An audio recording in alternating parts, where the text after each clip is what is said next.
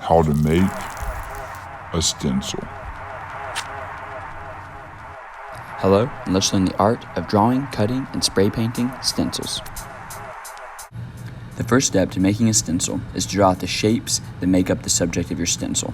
When you do this, don't have a bunch of details inside of the shape and little things that will be difficult to cut out. Because when you cut your stencil out, all you're going to see is the shape, not the little details, and you don't want it to look kind of funky like that. So when you draw your stencil, focus on making cool looking, clear, big shapes. And you can have some detail, but that detail has to be connected to the outside of the shape so that it's cut outable. So I'm making my eyes big and connected, and the mouth connected to the outside as well, so that it's all part of one big shape. And then you can outline it to make sure you know which parts you're going to be cutting out. Now we're ready to cut it out using an X-Acto knife. Make sure you're working on top of a board and the heel of your hand is always resting on that board and the paper. Press lightly and slide the knife through the paper and twist the paper as you go so that you can get the right angle for your cut. Never cut with the knife leaned over sideways like that. Always make sure the knife is in line with the line that you're cutting so that the blade can cut through the paper smoothly. Cut your entire shape out.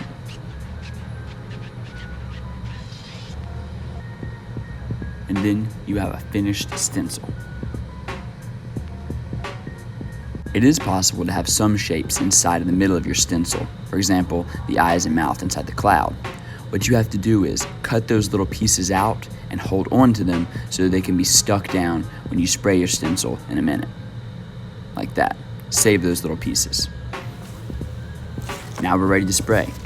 So take your stencils outside to an area where you can spray them.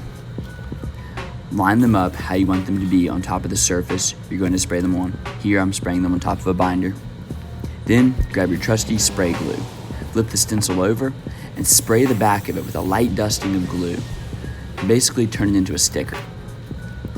Then press that sticker down on top of the surface that you're going to spray. Then get your spray paint. For this stencil, I've chosen the color purple. Shake your spray paint up for about a minute to make sure the paint is mixed inside the can. Then hold the can at a 45-degree angle about 8 inches away from the stencil and move the can back and forth as you spray on the first coat. Let it dry for about a minute and then spray your second coat. Let it dry again and then spray your third. Let all 3 layers dry for a few more minutes and then peel off your stencil to reveal your work. You can use the inside shape that you cut out for your stencil as well. Spray it with glue, stick it down, spray over top of that to create a spray paint area around the outside of the stencil shape. Spray it 3 times, letting it dry for a little bit in between each coat, and peel it off to reveal.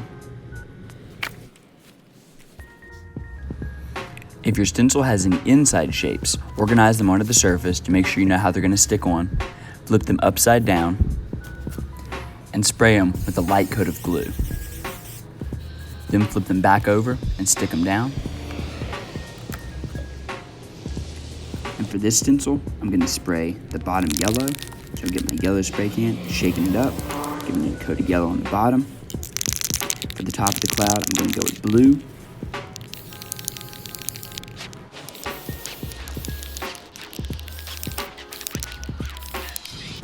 Let it dry for about 3 to 5 minutes, and then peel and reveal. Nice looking cloud and lightning. Nice looking facial features. Now once it dries completely, say maybe another 10 minutes, you can begin doing some drawings on top of it with paint pen or with Sharpie. I'm going to give it some eyes and some teeth. I'm going to make the eyes of the dog black and the nostrils, just to make those features pop a little bit more. And there you have it, some finished stencils. All right, have at it.